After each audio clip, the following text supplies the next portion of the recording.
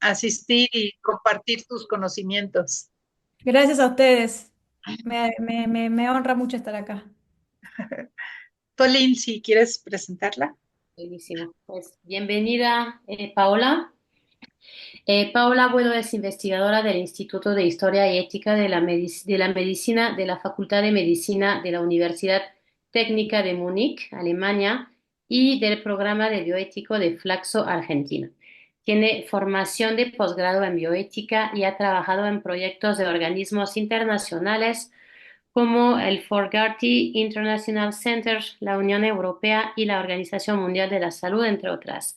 Es médica y ha trabajado en salud mental en los ámbitos clínico, comunitario, de gestión, como consultora internacional y en investigación, abordando la salud mental en intersección con la bioética. En 2022 publicó su último libro, Ethos Mental, Bioética para repensar la salud mental.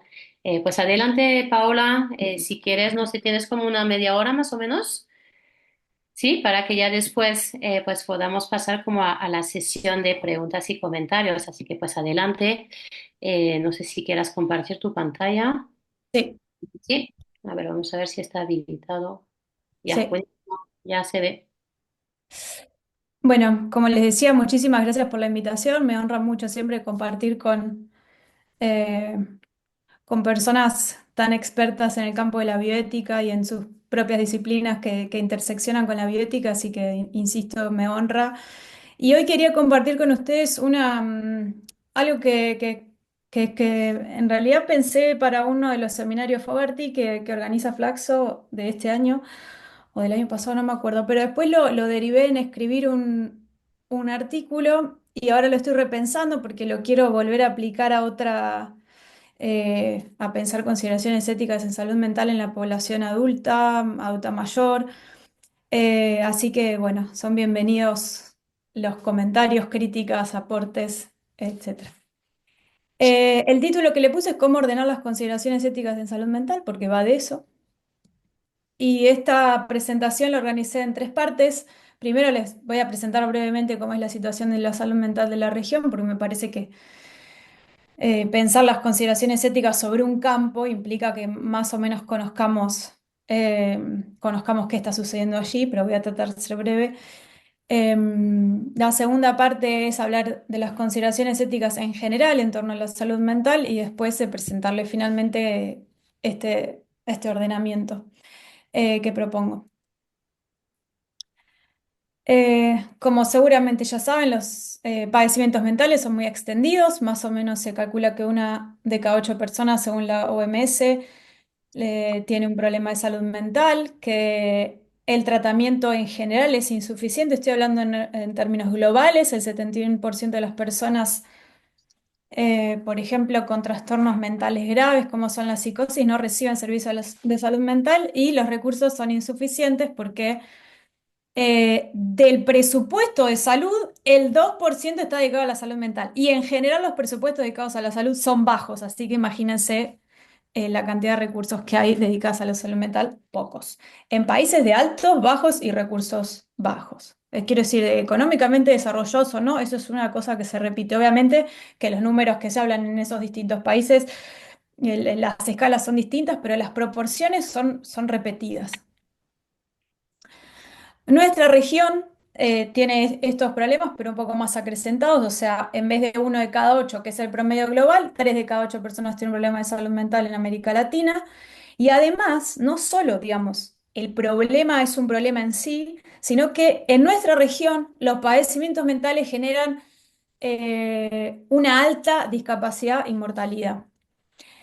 Representan aproximadamente una tercera parte de todos los años perdidos por discapacidad y una quinta parte de todos los años de vida ajustados en función de la discapacidad, que son dos, como también saben, dos indicadores para medir morbilidad en general. Así que, insisto, alta prevalencia, alta discapacidad y alta mortalidad. Hay un ejemplo que nosotros trabajamos con un colega sobre la depresión en América Latina, porque la prevalencia global es del 5% y en nuestra región es del 12%. Y digo, como un ejemplo esto de pensar no solo la diferencia en las prevalencias, sino que Por ejemplo, en nuestro contexto, los trastornos depresivos en general son la principal causa de discapacidad. O sea que estamos hablando de un problema que es realmente un problema. Pero yo subrayo esto porque evidentemente no es un tema ni que esté en la agenda política, ni que esté en la agenda social. Tal vez ahora se habla más del tema, pero también se habla más del tema de una forma a veces poco seria o desde posturas que son más, digamos, anárquicas en torno a lo científico. Entonces eso también a veces acrecenta un poco los problemas. Em, Acá tenemos lo de los gastos. Decíamos que a nivel global el promedio es de 2% de los presupuestos de salud, está dirigido a salud mental. Y acá tenemos una diferencia, acá vemos la diferencia, o sea, ese promedio está compuesto de que los países de ingresos bajos gastan el 0,5 y los países de ingresos altos gastan el 5,1, que de todos modos es bajo, pero bueno, esto sigue mostrando la brecha entre países ricos o países de ingresos altos y ingresos bajos.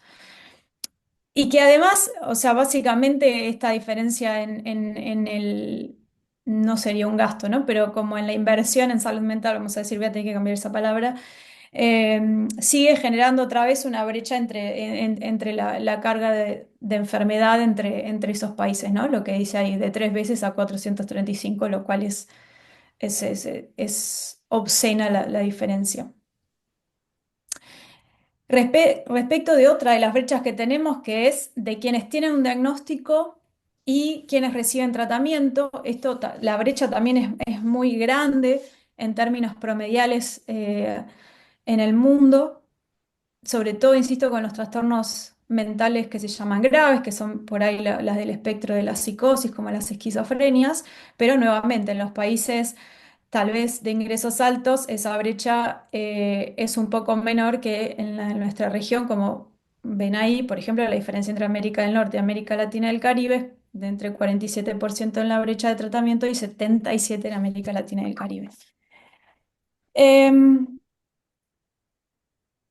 y además, digamos, el acceso al tratamiento también tiene otras implicancias, que es que por más que haya, digamos, hay una brecha en el tratamiento, perfecto, pero las personas que sí acceden a esos tratamientos, tampoco es que es la panacea o que significa la cura, o ni mucho menos, sino que a su vez, como decíamos hoy, los servicios de salud mental en general están subfinanciados y con todo lo que eso implica, no solo en términos económicos, sino en sostener cierta calidad profesional, cierta calidad terapéutica, que en muchos lados, justamente por falta de presupuesto público, esa calidad o esa efectividad en las intervenciones terapéuticas baja. En general, la variedad es muy limitada de servicios terapéuticos, no solo a nivel público, sino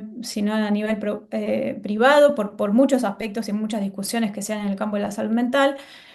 Además, porque hay pocas políticas, planes y leyes que están no adecuadas a estos problemas y que además tienen muchos desafíos en términos de derechos humanos. Y además además y porque fundamentalmente la atención sigue estando institucionalizada, ¿no? O sea, sigue estando centralizada en los hospitales y ya tenemos harta evidencia desde los años 60 para acá, digamos, que los dispositivos de atención comunitarios son mucho más eficientes, digamos, que con menos recursos económicos. Las ventajas terapéuticas son mayores porque además se tienen en cuenta los contextos donde las personas viven, se adecuan las terapéuticas a esos contextos, porque además muchas veces los problemas de salud mental derivan de alguna cuestión de la capacidad de la persona de desarrollarse o relacionarse con su ambiente, pero sin embargo, como dice ahí, 2 de cada 3 dólares que se gastan en salud mental están dirigidos a los hospitales psiquiátricos. ¿Estoy diciendo que no hay que financiar los hospitales psiquiátricos? Por supuesto que no. Lo que digo es que tenemos que dejar de centralizar absolutamente la atención ahí porque la atención hospitalaria en general es muy útil para responder a la urgencia, en psiquiatría o en salud mental, pero no para, por ejemplo, sostener tratamientos o terapéuticas de mediano a largo plazo, que finalmente son las que después de una urgencia uno va a tener que sostener. O sea, una persona con un trastorno depresivo mayor o con un trastorno de ansiedad, digamos, posiblemente vaya a tener periodos agudos, posiblemente vaya o requiere alguna atención de urgencia, pero después va a necesitar alguna estrategia longitudinal, que es la que claramente nos está faltando a nivel global y a nivel regional. Entonces, en términos generales, tenemos un problema de financiamiento, de pensar las terapéuticas, tenemos, bueno, el problema en sí mismo, ¿no? Que es una alta, insisto, una alta prevalencia que genera mucha discapacidad, que los sistemas diagnósticos también tienen bastantes fallas en identificar, en identificar diagnósticos más genuinos con lo que le está pasando a la persona. Y como si esto fuera poco, digamos, el campo de la salud mental tiene muchas consideraciones éticas, desafíos o problemas o dilemas o la palabra que quieran ponerle. Los primeros que voy a nombrar son los que conocemos porque pertenecen al sistema de salud en general. O sea, cuando hablamos de la salud, que es las obligaciones éticas que tiene cualquier profesional al actuar profesionalmente, porque cuando nosotros abordamos salud o enfermedad, estamos, y por ejemplo, indicamos una terapéutica, estamos interviniendo sobre trayectorias de vida, sobre cuerpos, sobre mente, sobre inicios o finales de la vida, sobre manejos de información personal sensible, distribución de recursos en salud, entre muchas, muchas otras. Quiero decir, voy a nombrar brevemente que la salud mental no está exenta de las consideraciones éticas que encontramos en el campo de la salud. Por ejemplo, lo mismo, el campo de la salud en general, digamos, ve a la persona como una máquina biológica y se olvida de que el sujeto, primero, que el proceso de salud-enfermedad está inmerso en una persona, ¿no? Porque a veces, y que después esa persona vive en determinadas condiciones globales, tiene determinados modos de vida, está rodeada de ciertas configuraciones discursivas y morales, toma decisiones, posee un devenir subjetivo, entre muchas otras dimensiones que hacen a ese proceso de salud-enfermedad, ¿no? Que eh, la están impactando todo el tiempo. Por supuesto que hay una cuestión de las distintas categorías, entre comillas, a las que pertenecemos las personas, que eso que generan diferentes inequidades, como sabemos que sucede con el género, con la identidad sexual, con la clase, con la etnia, con la edad, con la territorialidad, etcétera, porque no solo, digamos, hay ciertas jerarquías dentro de cada una de estas categorías que hace que una persona pueda estar más o menos incluida en determinado sistema social, sino que además justamente esa inclusión o ese grado en el que esa persona está incluida en esa sociedad va a determinar, por ejemplo, qué cuota de poder ostenta para poder afrontar su propio proceso de salud-enfermedad, qué acceso al sistema sanitario tiene, digamos, cuánto tiempo le puede dedicar a cuidar de la salud, entre otras. Y además de eso, el sistema sanitario hace lo suyo, digamos, también presenta algunas características que potencian esas desigualdades. Por ejemplo, construye conocimiento históricamente desde los cuerpos masculinos, digamos, tiene una posición androcéntrica, construye conocimiento a partir de pensar que todas las relaciones sexuales son heteronormadas, hasta incluso hasta hace unos años construía conocimiento en determinadas etnias o personas de determinada clase o determinada edad.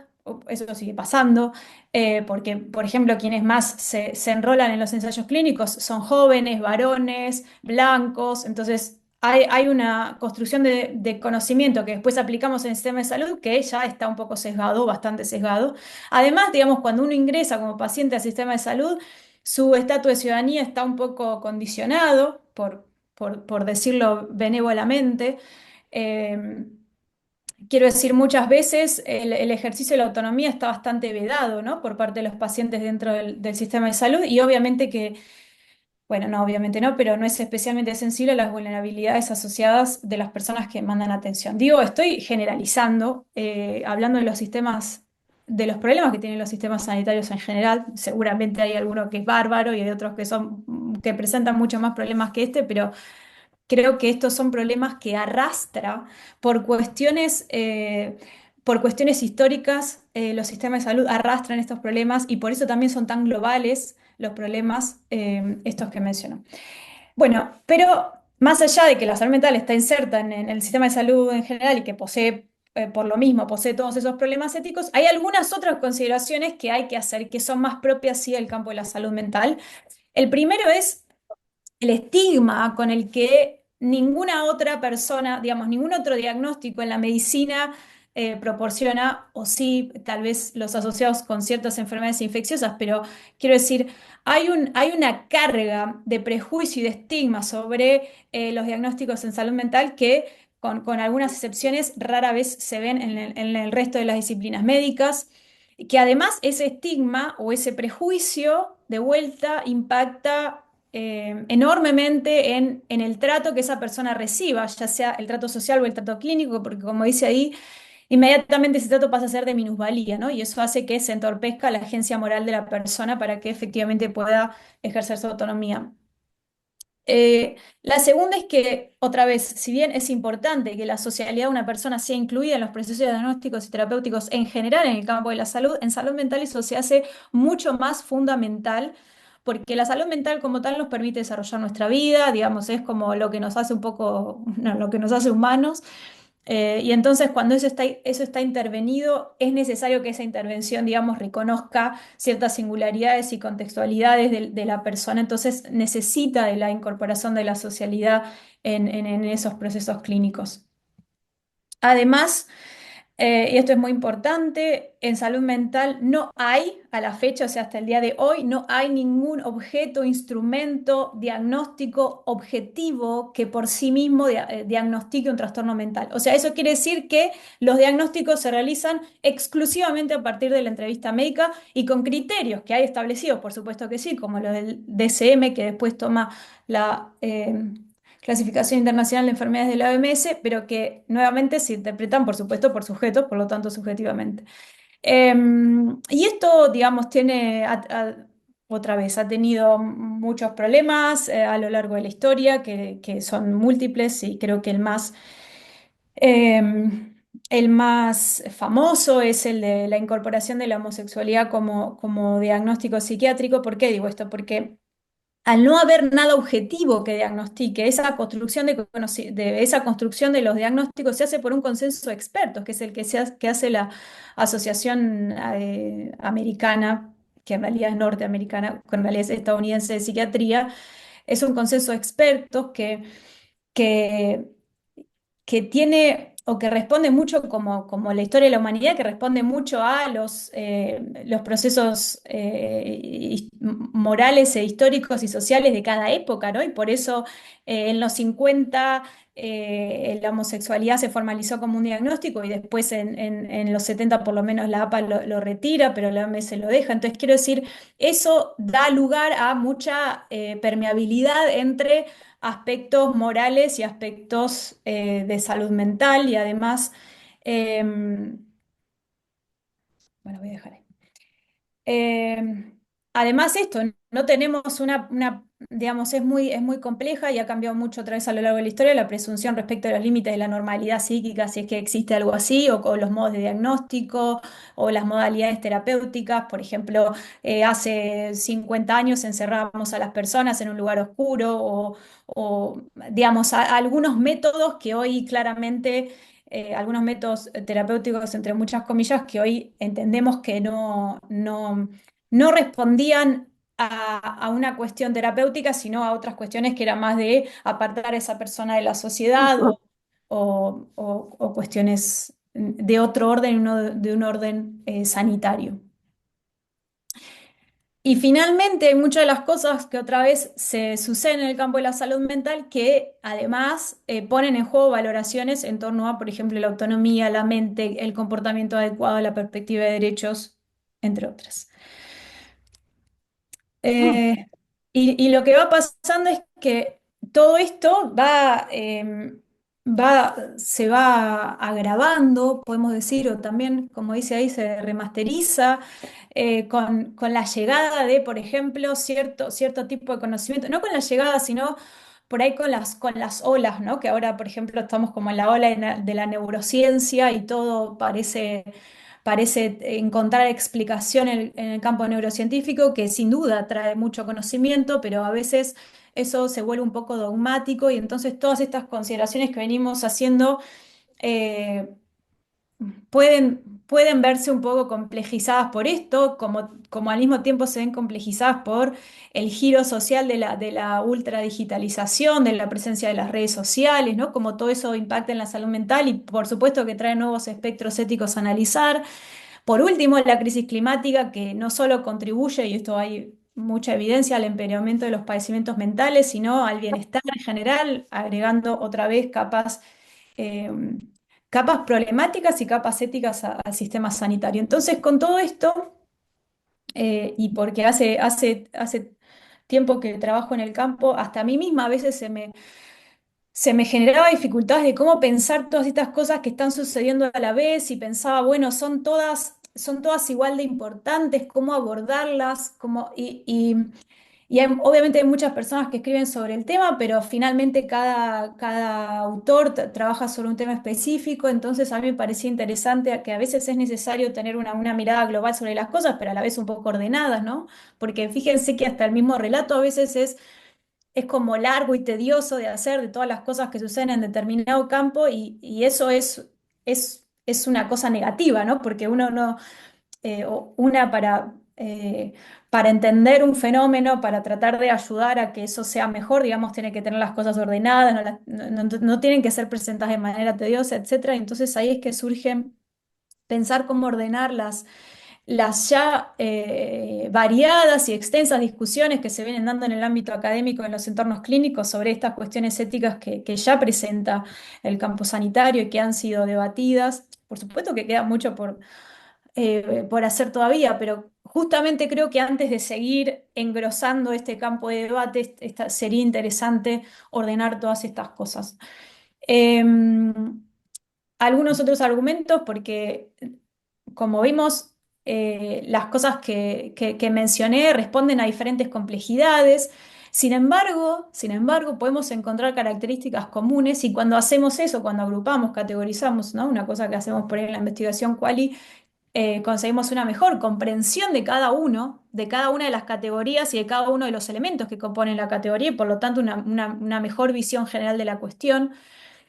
Cuando los elementos están más accesibles, se puede navegar mejor por ellos, sobre todo cuando hablamos de cuestiones que parecen abstractas, o sea, cuando hay que hablarle a alguien más. Por ejemplo, yo ahora estoy trabajando en un proyecto en el que están desarrollando una app y entonces hay momentos en el que tenemos que tener un diálogo común porque las personas que desarrollan app las personas que, por ejemplo, están facilitando cierta información para desarrollar esa app con inteligencia artificial, digamos, también trabajan con biobancos y con otro tipo perdón, de información que es más de corte biológico. Entonces, en ese marco hay que establecer un lenguaje común y, y a veces sabemos que el lenguaje de la ética parece un poco abstracto, entonces también ese orden colaboraría en este sentido. Y por último, porque proporciona un marco analítico útil, que finalmente es lo que a mí más me interesaba, pensar un marco analítico útil que no solo permita entender mejor en términos eso de análisis, sino también pensar marcos de abordaje, ¿no?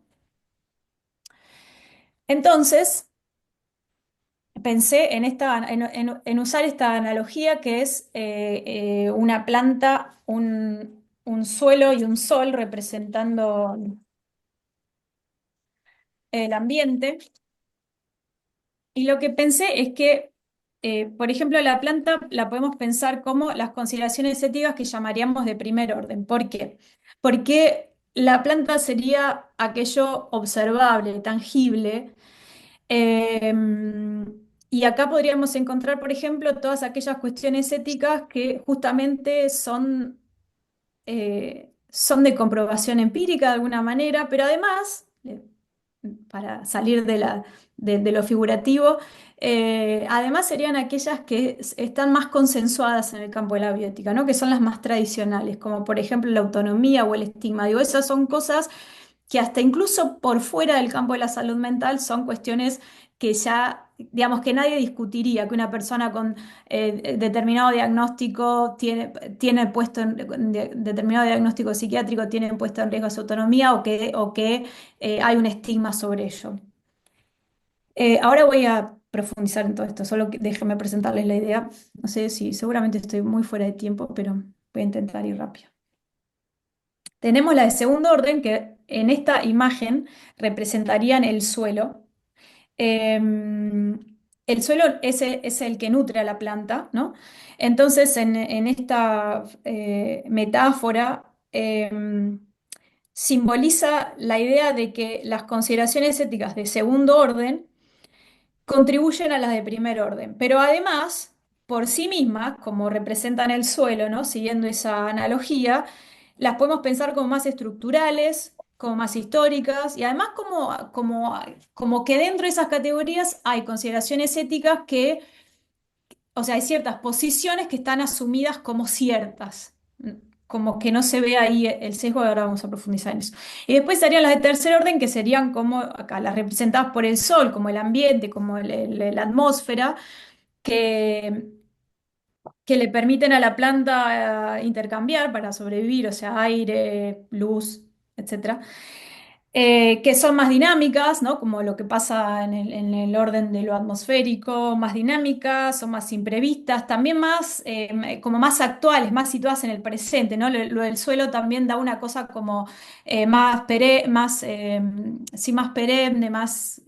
como más difícil de cambiar y y el sol y la atmósfera es como casi todo lo contrario, ¿no? Como cambios más rápidos, y eso como que nos hace tener que pensar en lo presente, y ahí, por ejemplo, encontraríamos todos estos cambios sociales en términos de la digitalización, del uso de la inteligencia artificial, del cambio climático, que aparece rápido. Si bien obviamente nosotros sabemos que el cambio climático se viene hablando desde hace muchos años, pero bueno, con la intensidad que se ha hablado y lo mismo que la inteligencia artificial, no es nuevo, pero ahora aparece en todos lados. Entonces, ¿no? Y como parece que aparece de un momento a otro y enseguida revoluciona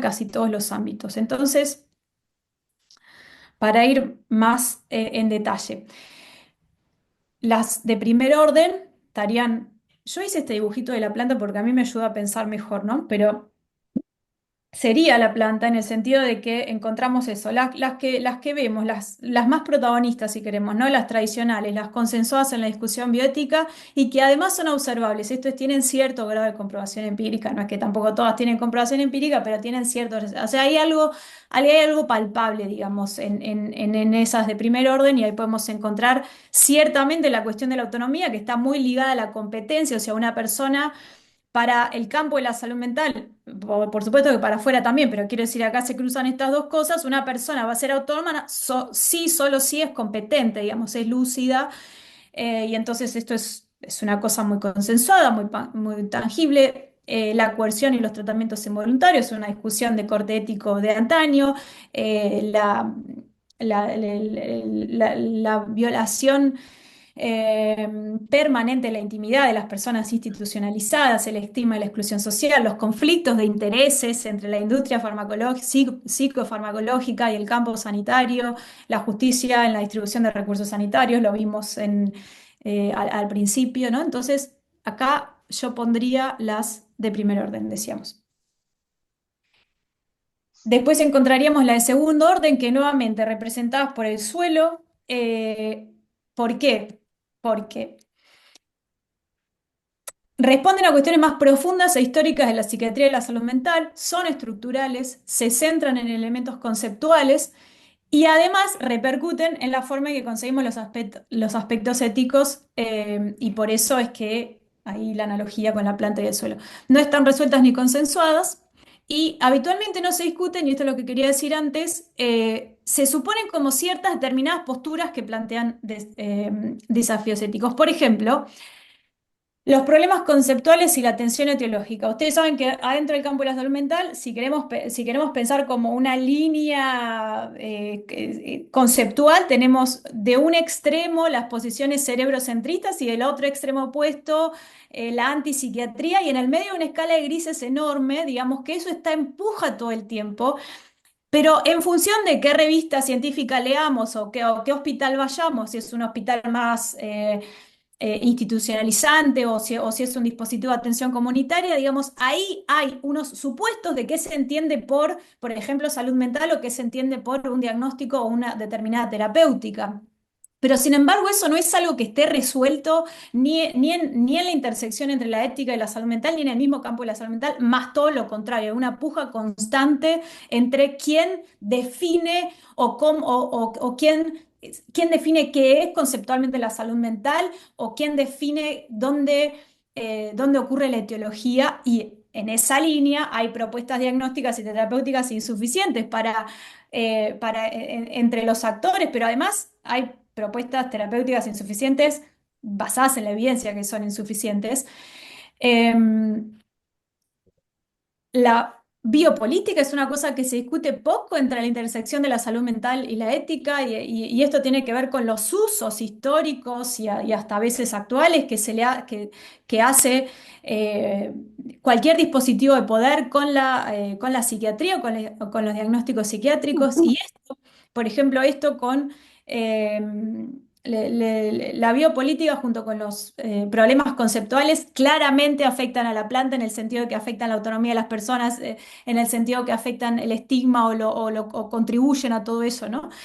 El criterio adaptativista y la justicia epistémica, dos cosas de las que también, bueno, y justicia epistémica ahora se habla bastante más en el campo de la salud mental, estoy hablando, ¿no? Como ahora está un poco más incorporado este concepto en ciertos niveles de discusión, pero sin duda, por ejemplo, que haya injusticia epistémica y el criterio adaptativista aporta mucho al nulo o poco ejercicio de la autonomía de las personas.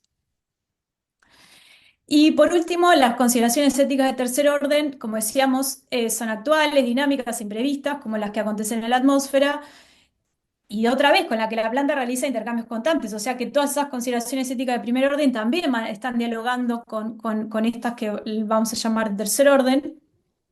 Eh, por ejemplo, el dinamismo y la imprevisión que traen las interfaces virtuales, ¿no? Por las cuales ahora nos estamos relacionando con más frecuencia, como hacemos nosotros en este mismo instante, pero también la atención médica digital, la atención médica de la salud mental con inteligencia artificial, que es algo que está pasando, conlleva numerosos problemas éticos que los podemos pensar en este tercer orden, así. eh, y por último, lo que hablábamos del cambio climático, ¿no? Otra vez un problema actual, dinámico, imprevisible, a veces no sabemos qué va a pasar con respecto a los cambios climáticos y esto, digo, pensando cómo afectan, por ejemplo, a la planta, lo que decíamos, la atención digital, la atención de la salud mental con inteligencia artificial, las interfaces virtuales en general, impactan en nuestra autonomía, siguen impactando en cómo se distribuyen los recursos sanitarios en salud mental, ¿no? Porque lo que también las discusiones ahora es, bueno, si esto lo podemos solucionar con inteligencia artificial, ¿no? Si la atención de la salud mental la podemos solucionar con inteligencia artificial, los recursos van a seguir siendo escasos para este campo y lo mismo, no lo mismo, sino digo, pensar cómo, por ejemplo, el cambio climático no solo afecta a nuestra salud mental, sino que está visto que afecta más a esas personas que ya están estigmatizadas y que ya están excluidas socialmente, entonces agravaría esos aspectos éticos que de vuelta son los que llamamos de primer orden. Entonces, la interfase virtual en relaciones humanas e institucionales, atención por dispositivos no humanos, aculturación, que es un poco, a la aculturación y la disipación identitaria, es un poco una de las cuestiones que se discuten alrededor del uso masivo e indiscriminado de las redes sociales y el impacto del cambio climático. Entonces, este sería como un pequeño resumen más visual. Primer orden, la planta, observables, tradicionales, consensuadas, ¿no? Entonces todo lo que tiene que ver con el sistema de salud, con los conflictos de intereses, con el estigma. Segundo orden sería el suelo, ¿no? Como conceptual, estructural, asumidas y algunas cuestiones de cómo se define la etiología, las propuestas diagnósticas y terapéuticas que no son eficientes, la injusticia epistémica. Y las de tercer orden, recientes, imprevistas y dinámicas, y bueno, lo que decíamos, ¿no? Un poco la robotización, digitalización de la vida, la del uso de redes sociales, el cambio climático. Y como conclusión, contar con una estructura que ordene las consideraciones éticas en salud mental nos permite tener una visión global de las mismas, facilitar su comprensión y análisis, favorecer un abordaje más apropiado y, fundamentalmente, ayudar a pensar los potenciales desafíos éticos que vendrán, porque aún creo que seguirán viniendo, y entonces está bueno estar un poco armado para recibir o para estar atentos a qué cosas justamente tenemos que estar atentos. Así que eso es todo. Aquí está la bibliografía que utilicé y espero no haberme pasado demasiado el tiempo. Y una cosa, este artículo, si bien eh, nada, estuvo pensado ahí en el marco de pensar lo del seminario, después lo pulimos un poco con Florencia Luna, que es la coautora de ese artículo también, que aún no está publicado. Veremos qué dicen los reviewers. Bueno, alguien que algún comentario, alguna sugerencia, alguna crítica es más que bienvenida. Muchísimas gracias, Paola. Nos dejas mucho que pensar. Yo prácticamente no pude ni siquiera ver la diapositiva de las referencias y artículos. Si nos Ah, pudieras mandar esa información, la podemos circular en el correo electrónico para que podamos consultar alguna de las publicaciones. puedo volver a compartir la pantalla de la bibliografía si quieren mientras discutimos o no, como quieran. Ok, Ahí un está. momentito nada más como para verla y ya la cambiamos. Mientras alguien más, si tiene algún comentario o una pregunta.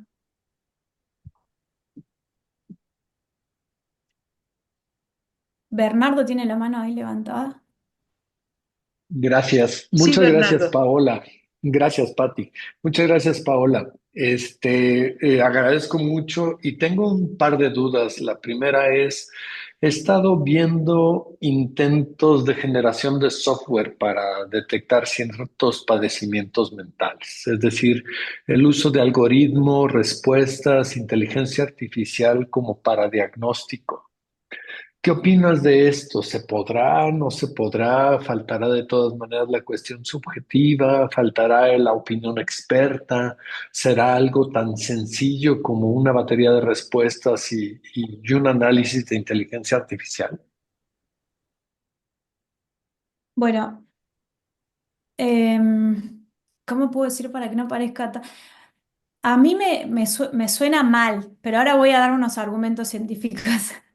Pero me hace mal pensar que vamos hacia un lugar en donde un algoritmo decida si tenemos un padecimiento mental. Me hace mal como humana. Pero más allá de eso, creo que en términos más objetivos que mi propia opinión, tienen un problema porque las apps, y eso es lo que estamos trabajando en este consorcio, y es lo que eh, es lo que intentamos discutir, es que registran comportamientos, ¿no? O sea, registran comportamientos mínimos que tal vez ni nosotros mismos nos demos cuenta que estamos haciendo, y después tienen la capacidad enorme de analizar qué comportamientos repetimos, qué no, qué comportamiento está asociado a tal o cual característica del ambiente, etcétera, etcétera. Ahora, hay algo que pasa en el setting clínico, y lo puede decir cualquier persona que trabaja en el campo de la salud mental, que es, digamos, cuando yo sufro por algo, cuando cualquiera de nosotros sufre por algo, nos pasa adentro.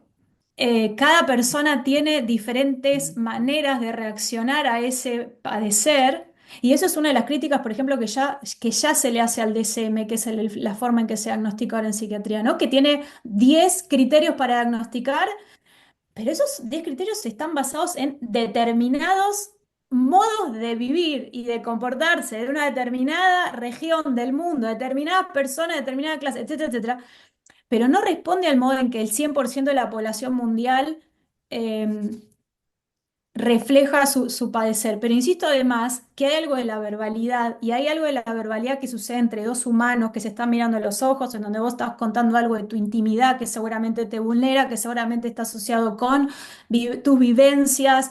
Quiero decir, hay algo mucho más profundo que, que tiene que ver con la salud mental y con la forma que padecemos y con nuestros padecimientos en concreto, que va más allá de nuestros comportamientos, que finalmente es lo que pueden detectar los software, por lo menos hasta ahora, no sé, no sé cómo funcionan el famoso Neurolink que se mete. Igual es muy difícil, por más que nos pongan un chip adentro del cerebro, que eso se vaya a traducir en detectar pensamientos, detectar formas de afecto, detectar emocionalidad. Hay algo que necesita del intercepto de otro humano que esté además, que conozca además de eso, que conozca a qué se refiere. O sea, si nosotros hablamos, si yo ahora les cuento que se murió alguien muy cercano a mí, cualquiera de ustedes puede entender de qué se trata atravesar un duelo, ese vacío que se siente dentro, digamos, hay algo también de la experiencia compartida que ayuda mucho en el campo, que obviamente eso no lo va a tener nunca un dispositivo robótico. No sé si contesté la pregunta. Sí, muchas gracias.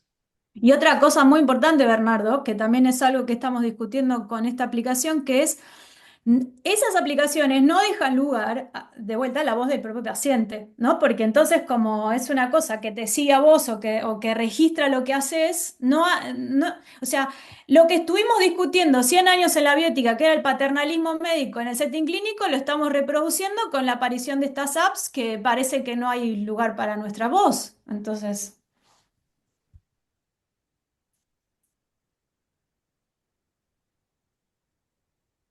hola Gustavo. Sí, Gustavo. Hola Paola, un gusto escucharte como siempre. Gracias. Eh, como sabes, hay un tema que a mí me preocupa mucho y es la creciente medicalización de la salud mental. Sí, yo siempre pienso en cómo había ciento y tantas enfermedades diagnosticadas en el manual, en el DSM-1 y pasamos de eso a 450 más o menos, no sé cuántos Sí, hay en el DSM-5. 493. Bueno, se ha casi quintuplicado el número de diagnósticos. Eh, y uno se pregunta si, qué fue lo que pasó entre tanto y si es que surgieron más enfermedades, si es que se refinaron los diagnósticos o si es que hay un interés por parte de, de psiquiatras y de gente que trata la salud mental de, de medicalizar situaciones que antes no eran medicalizadas, ¿no? Y hay varios ejemplos de diagnósticos de condiciones mentales. Tal vez uno de los más discutidos sea el de eh, trastorno de déficit de atención e hiperactividad, que la gente cuestiona si eso es efectivamente una condición mental o no, y si no estamos simplemente medicalizando una conducta que tienen los niños de que son muy inquietos o lo que sea. Entonces, me parece que esa es una consideración de las que tú llamas de segundo orden, que luego va a impactar en las de primer orden y incluso en las de tercer orden. Entonces, me parece que es fundamental esa. Y me pregunto qué tanto se ha estudiado los factores éticos que intervienen eh, en este proceso de creciente medicalización, ¿sí? Y si no se trata eh, de un interés comercial, por ejemplo, de farmacéuticas que ejercen presión sobre quienes elaboran el DSM. ¿Sí? Hasta ahí mi pregunta. Excelente. Gracias, Gustavo. Eh, hay pocos estudios, pero hay uno muy interesante que hace, de hecho, Lisa Cosgrove, que es una investigadora, que ella se encarga de fijarse en cada edición del DSM quienes formaron parte de ese consenso de expertos y ve dónde trabajan o qué lazos tienen con la industria farmacéutica y para sorpresa de nadie, el 80% o más, depende de los grupos de trabajo, ¿no? Pero justo los que más medicalizados están, por ejemplo, los grupos de trabajo sobre trastornos psicóticos, insomnio, etcétera, son los que presentan más del 80-85% lazos con la industria farmacéutica, lo cual no sería un problema si ellos, digamos, pueden trabajar para la industria farmacéutica, pueden hacer diagnósticos, en principio sí, uno diría, ¿no? Pero después también se ha visto y ella misma hace esas, digamos, es solo una cosa descriptiva, ¿no? No es que está haciendo ningún juicio de valor, pero también ve que, o ha observado ella y otros colegas también, que muchas veces, por ejemplo, el trastorno que vos mencionaste, el hiperactividad y déficit de atención, digamos, es un trastorno que salió en el DSM-4 y en la edición intermedia, ellos sacaron como una edición en el medio antes de la quinta, e inmediatamente apareció el fármaco, ¿no? Entonces, fue una cosa que da un poco de sospecha, porque ya estaba listo el ensayo clínico, ya estaba hecho todo, entonces realmente los lazos entre la corporación de la psiquiatría y la industria psicofarmacológica está bastante probada. Entonces creo que ahí hay una respuesta a lo que vos decís, que es un problema grave, porque además el 30% de de la población mundial está medicada, pero además en Estados Unidos, por ejemplo, y me molesta nombrar datos de Estados Unidos, pero son los que a veces más datos tienen, lamentablemente, tienen asimismo el 30% de sus niños y niñas medicadas con el famoso Adderall. Y es una cosa terrible, pero yo no solo digo, es una cosa terrible porque no se sabe cómo, por ejemplo, eso va a impactar en esos cerebritos que están, ¿no? formándose. Eh, pero además creo que responde a una cosa previa, que es el abusivo poder que tiene la industria farmacológica, que es también esta necesidad de inmediatez, ¿no? Que nos trajo un poco la modernidad o la posmodernidad, no sé ni cuándo apareció, pero que parece que todos los procesos humanos tienen que ser resueltos ya, de hoy para mañana, ¿no? Entonces, claro, hay la lógica de la pastilla, eso es una lógica que viene bien en esta era en donde todo tiene que ser de resolución inmediata, de resolución sencilla, en donde no hay ninguna no se atraviesa ningún proceso, no hay tolerancia a la frustración, no hay nada, todo tiene que ser resuelto rápido. Creo que, por ejemplo, digo, el abuso de benzodiazepinas no es casual en ese marco, ¿no? En donde uno no puede estar un poco ansioso, un poco triste, que enseguida tiene que tomar un clonazepam. Y eso es una lógica que se ha como culturalizado, ¿no? Y creo que eso colabora mucho con lo que vos decís, con la hipermedicalización de asuntos de la vida cotidiana, como por ejemplo era el duelo, o como por ejemplo son respuestas adecuadas a los contextos que a veces podemos tener, porque no sé, porque tenemos estrés o ansiedad, no sé, por concurrir a determinados eventos, o en donde eso antes era, bueno, atravesar una situación que nos genera determinadas emociones, y eso está bien, ¿no? Y ahora no, y ahora es algo que hay que ponerle una pastilla arriba. Y además, eso ha como invadido violentamente los sistemas de atención y se ha corrido todos los enfoques, eso, como más comunitarios, como más, qué sé yo, basados en propuestas artísticas, que está demostrado que recontra sirven para un montón de cosas en el campo de la salud mental insisto, propuestas comunitarias. Eh, está bastante estudiado, además que eso no está aislado de lo que Menéndez, el colega de usted, llama el modelo médico hegemónico, ¿no? Esto de vuelta, de la eficacia, de lo pragmático, y yo creo que por eso a veces me ocupo mucho, y es una de las cosas que vos me pones en la crítica que haces del libro, de separar un poco, o sea, hay algo que tiene el campo de la salud mental y la psiquiatría, que es muy distinta al campo de todas las otras especialidades médicas. Algunas yo las nombré, pero otras tienen que ver con justamente eso, que no hay cosas que se resuelvan de un día para otro como puede pasar en una neumonía, ponele. Yo tengo una neumonía por una bacteria, tomo un antibiótico y esa neumonía se cura. 90% de los casos, ¿no? Quiero hacer una cosa leve. Se entiende lo que digo. O sea, hay una eficacia pragmática que sucede en otras disciplinas médicas que no es posible traer al campo de la salud mental. Ni aún un trastorno de pánico se puede curar rápidamente con una benzodiazepina, pero después uno va a tener que explorar en por qué sucede ese trastorno. No es que se fue el síntoma, se fue lo que me pasa.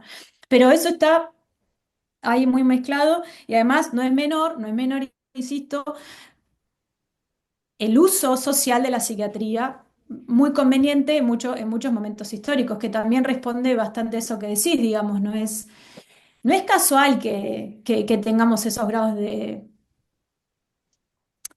uso de psicofármacos. No es casual que tengamos una sociedad sedada, ¿no? Y como poca con poca predisposición a la reacción entre determinados eventos que necesitan una reacción de nuestra parte porque están mal o porque, sí, básicamente solo. El último comentario, pero por ejemplo, terminamos de escribir un texto muy cortito, pero que me parece que ilustra bastante esto que decís vos, esto que estamos charlando, que es el caso por ejemplo, de Greta Thunberg, la tienen, la activista sueca. Es muy interesante lo que pasó en su caso, lo voy a contar muy corto, que es ella a los 8 años se da cuenta que el mundo, o sea, estamos atravesando una crisis climática, ¿verdad? Al mismo tiempo se da cuenta que nadie está haciendo muchas cosas para que eso frene. Y entonces, todo esto contado por su propia familia, porque la familia publica un libro, que los autores son la mamá, el papá, ella y su hermana. O sea, no es que estamos haciendo ninguna clase de amarillismo, este es el relato de su familia y de ella misma. eh, se entera, se entera que nadie está haciendo nada y le agarra una especie de no ganas de vivir de alguna manera. En su propia palabra dice, la verdad que yo sentía que no tenía mucho que hacer si no iba a tener mundo para vivir. Y entonces ahí empieza lo que la psiquiatría va a llamar como mutismo selectivo, anorexia, no sé qué, y finalmente eh, diagnostica un síndrome de Asperger. Ese síndrome de Asperger no existe más ahora, pero en el momento que ella es diagnosticada, diagnostican Asperger y estuvo medicada muchos años y después que salió de su tratamiento, digamos, es que empieza su activismo con Fridays for Future, no sé qué, y bueno, y todo lo que conocemos del devenir de Greta, pero además una de las cosas que ella también cuenta en ese libro es que cuando ella empieza su movimiento y esos paros, la mayoría de las personas que al principio, ahora es un movimiento muy grande, pero al principio empezaron a compartir el espacio de activismo con ellas, eran todas personas que habían tenido un poco el mismo recorrido y que estaban todas diagnosticadas con autismo. Entonces, y que además, otra cosa muy importante, encontraban mucho alivio en el encuentro con otros que tenían mismas preocupaciones, porque al final decían, che, el mundo sigue pasando como si no nos estuviésemos prendiendo fuego, como ella dice en alguna de sus charlas, como que a nadie le importa. Entonces, al encontrar pares en donde ella, todos tenían las mismas preocupaciones, las mismas legítimas preocupaciones, quiero agregar además, y que no solo se encontraba con gente que tenía sus mismas preocupaciones, sino que sentían que estaban haciendo algo, que es algo que estaban formando parte de la solución de alguna manera. No quiero decir que estén solucionando cosas, pero por lo menos hay algo, están como tirándole la remera ¿no? a los adultos. Y entonces eso es muy interesante porque hay una de las cosas, hablando de la medicalización de la vida cotidiana que dice Gustavo, que es nosotros nos hemos transformado en gente que solo se ocupa de su trabajo y no tiene ninguna actividad política en el mejor sentido de la palabra, ¿no? Como que eso está, nuestro ejercicio político cívico nos fue completamente despojado porque somos gente que trabaja y hay algo de eso que impacta también fuertemente en la salud mental y que no es casual que, por ejemplo, a mediados del siglo XX para acá, digamos, los padecimientos mentales se acrecentaron porque fue cuando se dio esa transformación en lo que eso lo describe muy bien Hannah Arendt, no soy yo quien lo dice, ¿no? Pero eso de que entonces nos empezamos a ocupar solamente de labor y trabajo y dejamos como el aspecto cívico, político, comunitario completamente fuera. Y eso es un aspecto muy intrínseco de la naturaleza humana. Y cuando lo dejamos de lado, eso por algún lado estalla. Luis, querías hacer un comentario y luego yo quisiera hacer otro. Bueno, yo lo que quiero decir es que le agradezco profundamente a Paola, que ha mencionado todo esto, la deriva de la medicina medicina, no solo de la salud, en el campo de la salud mental, y también en el campo de las enfermedades, digamos, orgánicas, tiene ese mismo recorrido, ¿no? Y yo creo, aunque seguramente seré muy simplista en este enfoque, que hay dos elementos aquí que determinan el curso, la evolución de la medicina actual. Uno es el dinero y el otro es el poder. Entonces, la verdad, yo esto lo pienso reiteradamente, es muy preocupante que la psiquiatría se haya enfocado exclusivamente en resolver las manifestaciones de un proceso que no se investiga o se investiga insuficientemente, con un predominio del tratamiento farmacológico supuestamente basado en un, digamos, también conocimiento profundo de los mecanismos neurológicos, bioquímicos, que se pretende que explican todo lo que ocurre en la esfera mental del individuo, ¿no? Y creo que esto lo que está produciendo es un empeoramiento de la situación en lugar de un mejoramiento. Eh, Eso en el terreno de la enfermedad mental, en el terreno de las enfermedades, incluso en el terreno del cáncer, estamos observando una fragmentación. Lo acabo de escuchar en días pasados en un congreso de la Academia Internacional de Patología. Yo soy patólogo, totalmente ajeno a la enfermedad mental, pero interesado. Pues tumores, categorías de tumores que cada vez son más, para cuya identificación es necesario el uso de una tecnología avanzadísima, costosísima, y que yo no sé si realmente eso conduce a mejorar la situación. Yo guardo mis dudas, ¿no? Entonces, pues atrás de todo eso están esos dos elementos que cité, que explican para mí mucho, ¿no? Y es verdaderamente muy preocupante. Te agradezco profundamente que lo hayas dicho, aún con cierta timidez, pero se nota que lo piensas profundamente y lo has expuesto magistralmente. Muchas gracias. Muchas gracias, Luis. Sí, es que justo estaba escuchando un italiano que vive hace como 20 años en Argentina, que él estudia los fascismos, nada que ver, pero justo él hablaba esto de cómo él decía, el capitalismo cuando entra en crisis, ¿no? Acude a los fascismos porque, bueno, hay toda una explicación muy elevada, muy interesante, pero claro, siempre, viste, uno termina cayendo en eso, ¿no? Como los problemas del capitalismo y es verdad que también hay que como desgranar eso, por qué sucede, ¿no? Porque si no, una cosa muy interesante que mencionabas y que me hiciste acordar, ningún psicofármaco, ninguno, 0%, tiene comprobado, digamos, está comprobado por qué funciona como funciona. Por ejemplo, en la depresión, le digo porque esto lo revisé hace un día, hay una revisión sistemática que salió hace poquito, en donde, para empezar, se sigue llamando la teoría de la serotonina. Eso no está comprobado, digamos. No está comprobado que la depresión suceda porque hay menos serotonina. La serotonina no solo está en el cerebro, otra gran cosa, digamos, fundamentalmente está en el sistema digestivo, pero todos son teorías, todos son la hipótesis y que en realidad los fármacos, por eso también, viste, los fármacos van como rotando, porque por ejemplo los inhibidores selectivos de la recaptación de la serotonina, la fluoxetina, la serotonina, son fármacos que empezaron para la depresión, después ahora sirven para las ansiedades, también sirven para los trastornos alimenticios, viste, van rotando porque como no se sabe bien cómo funciona, o sea que ni siquiera eso, ni siquiera hay un conocimiento, como decís vos, neurocientífico de por qué los psicofármacos funcionan. Y eso es porque en realidad no funcionan tanto como dicen funcionar. Y este es el problema que también hay. Eh, y por otro lado, otra cosa muy importante, que es que a veces yo me olvido mucho de mencionar, que es tener salud mental no es no tener ningún trastorno mental. Digamos, también para que nosotros seamos unos seres que funcionemos bien en sociedad, que sostengamos instituciones como las que sostenemos a diario, con sus normas, que seamos gentiles con el otro, etcétera, etcétera. necesita un trabajo de fortalecimiento de promoción de la misma salud mental. Eso es una cosa inexistente en los sistemas de salud mental. O sea, están solo para tratar cuando aparece un trastorno, pero de ninguna manera hay ninguna estrategia seria, quiero decir seria, no de tres boludos en Instagram diciendo cómo ser mejores. No, pero es verdad, hay como toda una cosa muy New Age de cómo ser más.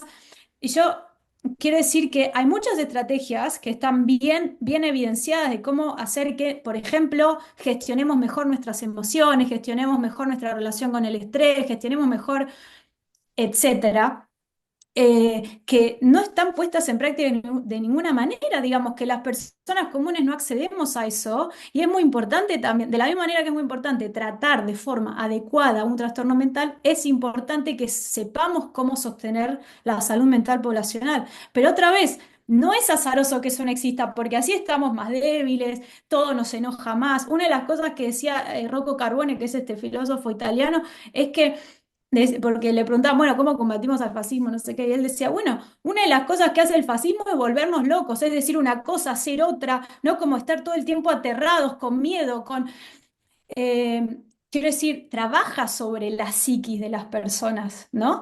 Y que, bueno, él decía, la respuesta es un poco la alegría, lo cual es un poco difícil en esos contextos, pero bueno. Pero quiero decir, de vuelta, para estar alegres necesitamos estar con otras personas, ¿no? También como los aspectos comunitarios que por ahí estas sociedades más neoliberales son mucho más, tratan de atomizar, las redes sociales colaboran mucho en eso. Quiero decir, hay como todas cosas que están pasando al mismo tiempo que hacen que estemos más individualistas, atomizados, lejos de otro. Eso nos empieza a generar como el miedo al otro, eh, paranoia, ¿no? Y lo Etcétera. peor es que nos dicen que estamos muy conectados, muy comunicados, pero lo que ocurre en la realidad es justamente lo contrario, ¿no? Totalmente. De Es una hecho, ilusión, sí, absolutamente, absolutamente. Muchísimas gracias, Paula.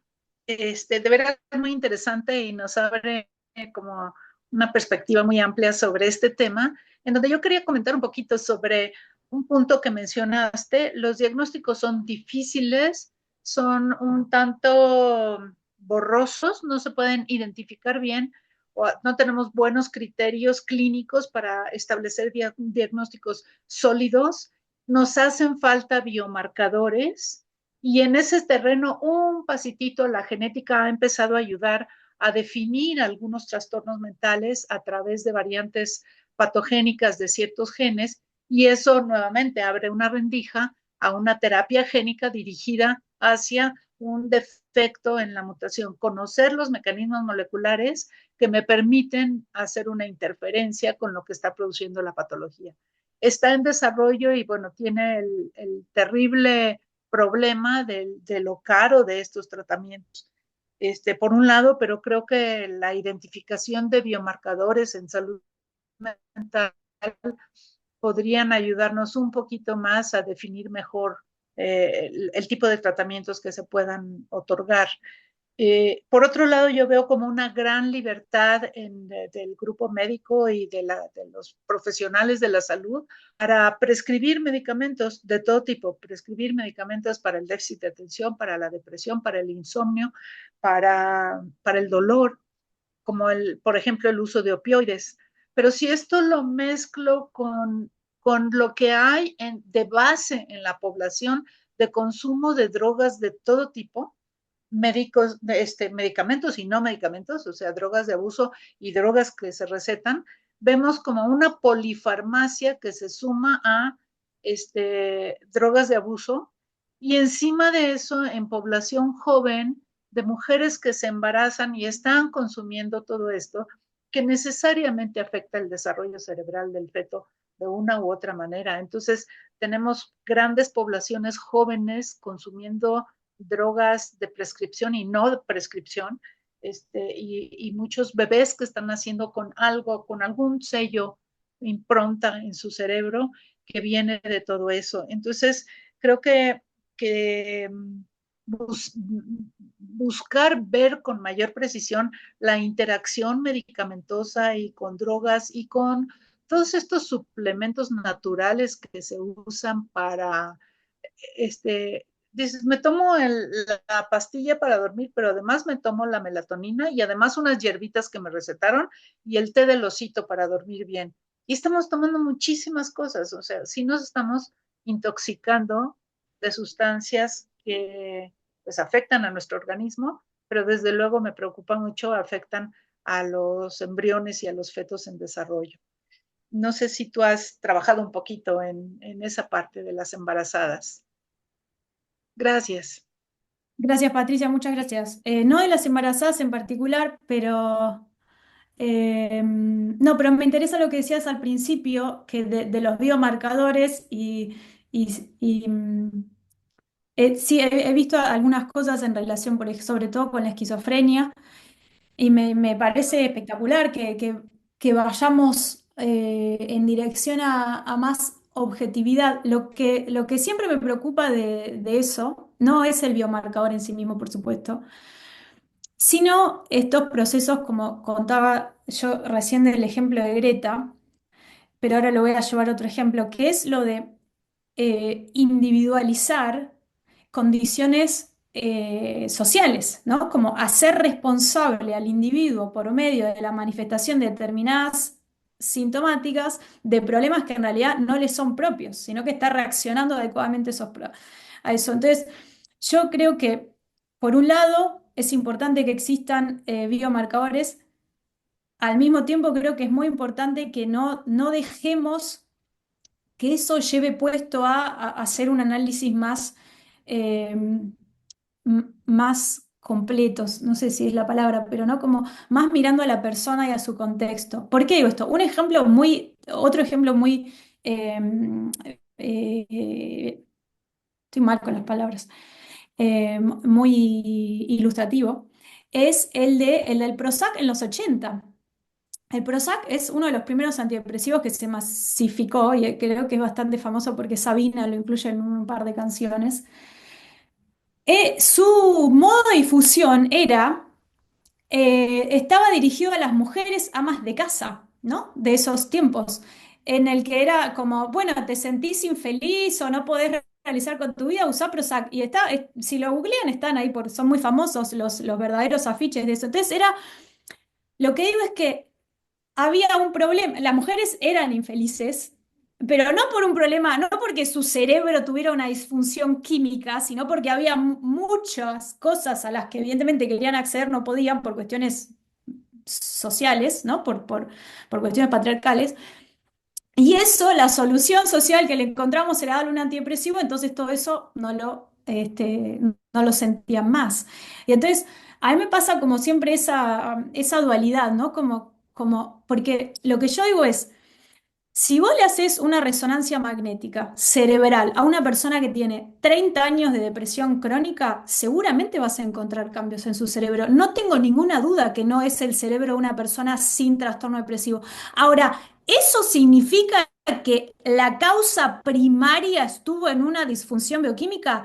Es muy difícil que podamos, por lo menos con los métodos que tenemos ahora, salvo que sea, como esto que decíamos recién, salvo que sea una persona con esquizofrenia que tiene dos padres con esquizofrenia, entonces uno puede ver cierta eh, coherencia genética ahí, pero finalmente también eso es muy difícil de dividir entre, bueno, o sea, lo genético lo podemos rastrear, pero también sabemos que los genes no se expresan el 100%, digamos, también la epigenética nos trajo esa información. En realidad la biología nos lo viene diciendo hace tiempo con el fenotipo, genotipo, ambiente, quiere decir, los genes necesitan mucho del ambiente para manifestarse o no, entonces hay algo también de en qué contexto se cría una persona que tiene dos padres con esquizofrenia, ¿no? Entonces, me pasa eso cuando también escucho, porque fíjate que el Instituto Nacional de Salud de Estados Unidos empezó hace varios años, cuando Barack Obama era presidente, una mega investigación para justamente, porque critica mucho al DSM, el Instituto Nacional de Salud Mental, quiero decir, critica mucho al DSM, a su SAP y su forma de... Y entonces ellos empezaron una investigación muy grande, tipo Human Brain Project, ¿viste? Esas mega investigaciones, para justamente proveer de criterios objetivos a la hora de diagnosticar.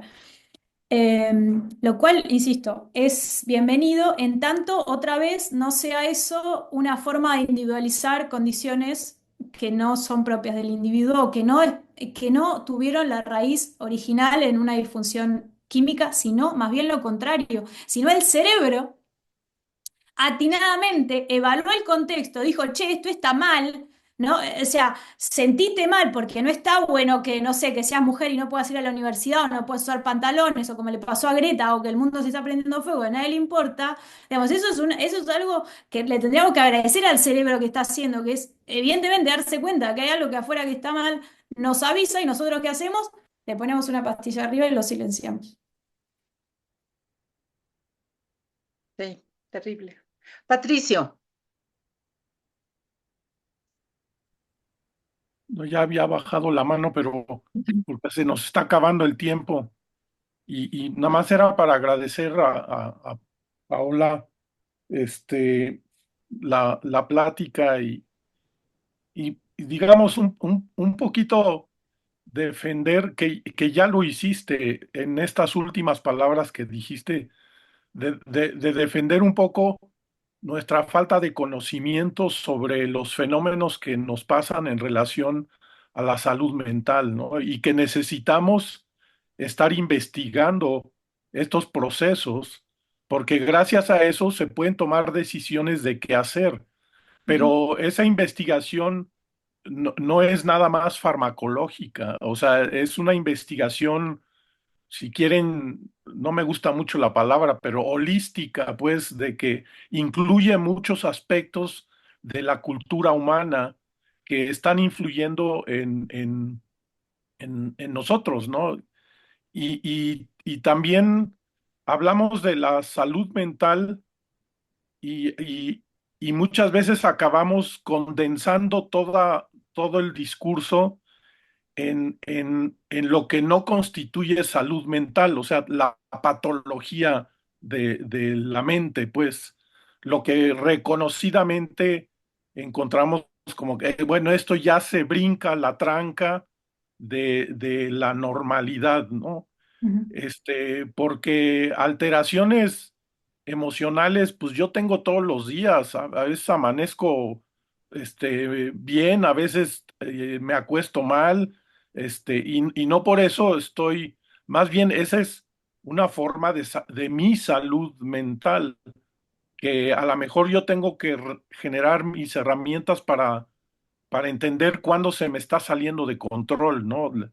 Todos tenemos herramientas para controlar eso.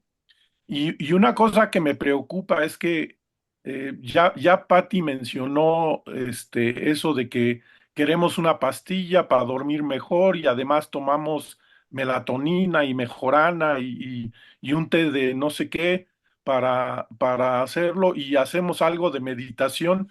Y ahorita ustedes abren sus apps y les van a llegar anuncios de aditamentos que te pones en el oído para que te esté estimulando el cerebro, porque con eso te vas a sentir mejor y ni siquiera sabemos si hay evidencia de que eso, primero, esté haciendo lo que dice que está haciendo y en segundo lugar, evidencia de que sirva de algo. Y entonces, en una sociedad consumista, hay que cuidar el uso de ese tipo de cosas que se disfrazan bajo el término de bienestar. ujú. Y yo sí quisiera recordar que el bienestar forma parte de la definición de salud. O sea, que no es nada más la enfermedad, sino un estado de bienestar adecuado para todos nosotros. Y como forma parte de la definición de salud, yo creo que de estos dispositivos deberían de ser regulados, porque ahorita aparecen sin ningún tipo de regulación, ofreciendo una serie de cuestiones que yo dudo mucho que estén, logrando lo que dicen que logran, de dormir mejor, disminuir, hasta porcentajes dan en, en, en, en sus anuncios, pues. Y termino con una aclaración, porque en inglés well-being es bienestar y está dentro de la definición de salud de la Organización Mundial de la Salud. Y estas compañías utilizan indistintamente well-being y wellness. Ya le cambiaron a la palabra y dicen, es que ahora estamos viendo por el wellness de las personas. Yo no sé cómo traducir eso. Yo le digo el buena ondez, o sea, estar en buena onda, es el wellness. Es algo de sentirse bien nada más, pero no tiene que ver tanto con la salud. Y sin embargo, son dispositivos que mandan señales al cerebro, pero en algunos casos también captan señales del cerebro, ¿no? Y los están registrando. Y esa es una problemática que hay que tomar en cuenta.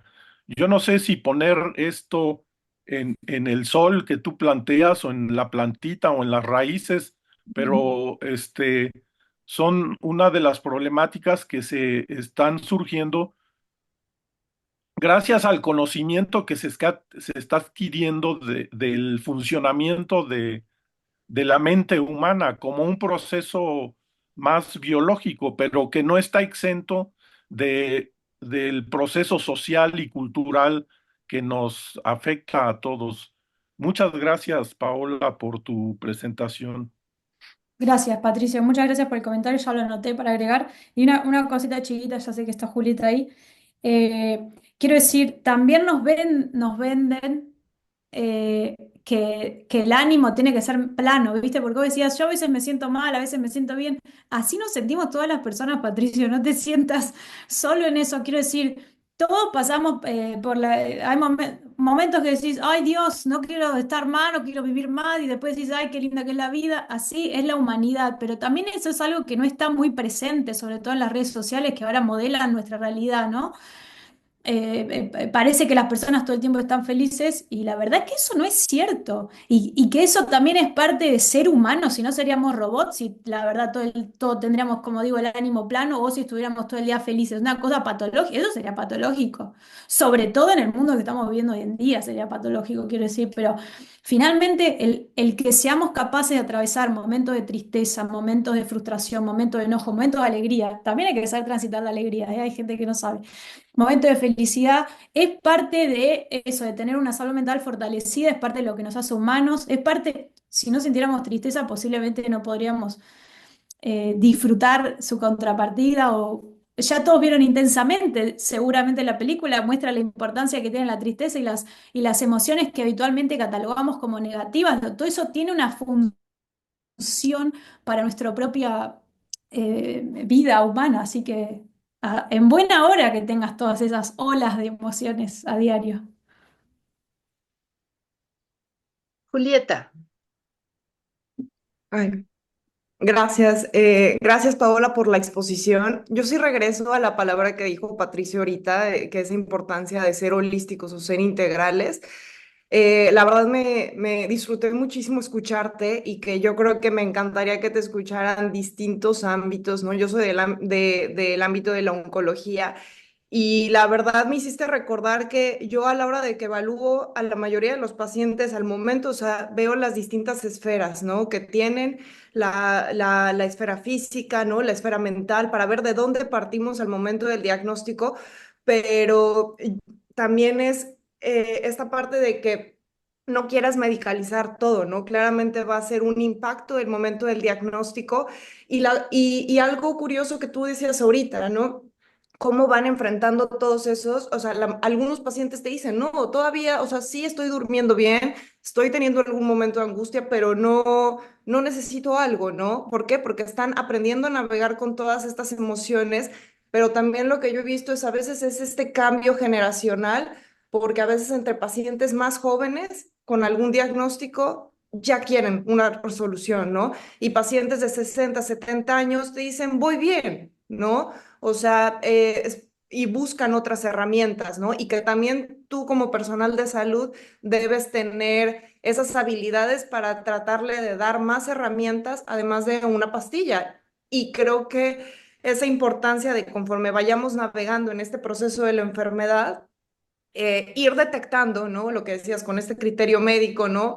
Que también en oncología también se están ocupando todas estas apps para ver como el comportamiento que tienen fuera del hospital y, y que no querer poner desde una primera instancia un medicamento, ¿no? Entonces, la verdad me gustó mucho porque confirmé, ¿no? Cómo me gusta también llevar a cabo esa práctica y que se puede llevar así, pero que sí tienen muchos factores y también la analogía que pusiste de la planta, porque una es también cómo se está llevando a cabo la formación, ¿no? Médica, que también quieres, o que también está esa demanda, ¿no? De que llegue el paciente y quiere una solución para el día de mañana. No quiere esperar, ¿no? A que tal vez su ansiedad puede ir mejorando, pero tal vez en un mes, ¿no? Entonces, muchas gracias y buenísimo. Gracias a vos, Julieta, por lo que haces por tus pacientes. Ellos tienen mucha suerte de tenerte. Em, para que me olvidé lo que iba a decir. Pero era Y, re... y si también, por ejemplo, tienes algún, luego, no sé, algún material, ¿no? Que se haya estudiado como este factor, ¿no? De, por ejemplo, pacientes oncológicos, salud mental, y viendo también otras alternativas, ¿no? O sea, de, oye, ¿qué se ha visto que ha mejorado, ¿no? O en pacientes también lo que yo veo que alcanzan un control o una curación, son pacientes que han como vuelto a nacer, ¿no? Y o sea, una construcción, una modificación del cerebro resilientes, ¿no? Gracias, me acordé las dos cosas que quería decir. Primero eso, que al final también a veces, a- eh, tres cosas. Nosotros como médicos y médicas estamos formados en un contexto, o sea, el currículum médico es diagnóstico, tratamiento, y ese tratamiento en el 80-90% de los casos es una pastilla. Pero eso es, de vuelta, es un sesgo en qué conocimiento se elige para que sea parte de las currículas de medicina, porque cuando vos revisás la evidencia disponible de intervenciones efectivas para la salud mental, hay un montón que trascienden las pastillas y que son mucho más eficientes. Y yo no soy, de verdad lo digo yo, por más que parezco, no soy antipastilla. Lo que digo es, no es suficiente, a veces que no es suficiente. Y es necesario que haya otras estrategias que se ofrezcan de forma formal en el sistema de salud, porque si no pasa lo que te pasa a vos, que decís, cuando yo le tengo que decir a un paciente que no sería conveniente que utilice una pastilla ahora, no tengo otra alternativa que ofrecerle, porque el sistema de salud formal no hay. Y entonces eso también es una limitante que tienen los sistemas de salud que en realidad, van llevándonos a esa práctica que está enraizada en cómo aprendemos y que está enraizada en cómo están construidos los sistemas de salud, que está enraizada en intereses de, etcétera. Y otra cosa que iba a decir, que está bueno que lo mencionaste, es que, bueno, todas las personas somos hijos de una generación finalmente, y es verdad que estas generaciones más actuales hemos crecido, bueno, yo ya no tanto, ¿qué me hago? Pero las más jóvenes por ahí hemos crecido en esta, de lo que decía hoy, ¿no? De lo inmediato, de lo rápido, y bueno, eso también se traduce a cómo vivenciamos nuestros procesos de salud enfermedad, que es lo que decía primero de todo, que hace de contrapeso con lo que eran las generaciones de, por ejemplo, mi abuelo, que nació en Italia y que vino a Argentina de la posguerra, que eran eso, generaciones posguerra, generaciones que pasaron muchísimo trauma en muchos aspectos y que eran eh, incapaces de manifestar eso como un problema, ¿no? Como de verbalizar. O sea, otras cosas pasaban, ¿no? Quiero decir, ¿no? Pero como los dos extremos, como esas sociedades que transitaron mucho trauma social, subjetivo, etcétera, ¿no? De alejarse de sus familias, incluso los inmigrantes. O sea, los inmigrantes tenían otra capa de trauma y que bueno, que eso no les era gratuito, por supuesto que no les era gratuito, pero había toda una incapacidad también tal vez por cosas de esa propia generación, ¿no? De manifestar la emocionalidad, etcétera, que se contrapone a lo que está pasando ahora, que es como estas generaciones que le dicen generación de cristal, ¿no? Que que todo afecta mucho, que hay como fundamentalmente cero tolerancia a lo que frustra, cuando en realidad la frustración es un gran camino a tener una vida más, qué sé yo, menos difícil en algún punto, ¿no? Si uno ya nada, va atravesando momentos feos y siente que los puede atravesar, eso es una gran ganancia en términos individuales. Así que eso. Pues muchísimas gracias, Paola. Ha sido una gran sesión el día de hoy y nos lleva a la creo que mi internet, bueno, espero poder despedirlos a todos. Nos vemos en diciembre para la sesión y para la comida. Ay, Muchísimas qué gracias. bueno. Buen día. Gracias. Gracias a ustedes. Nos vemos pronto. Gracias. Bye.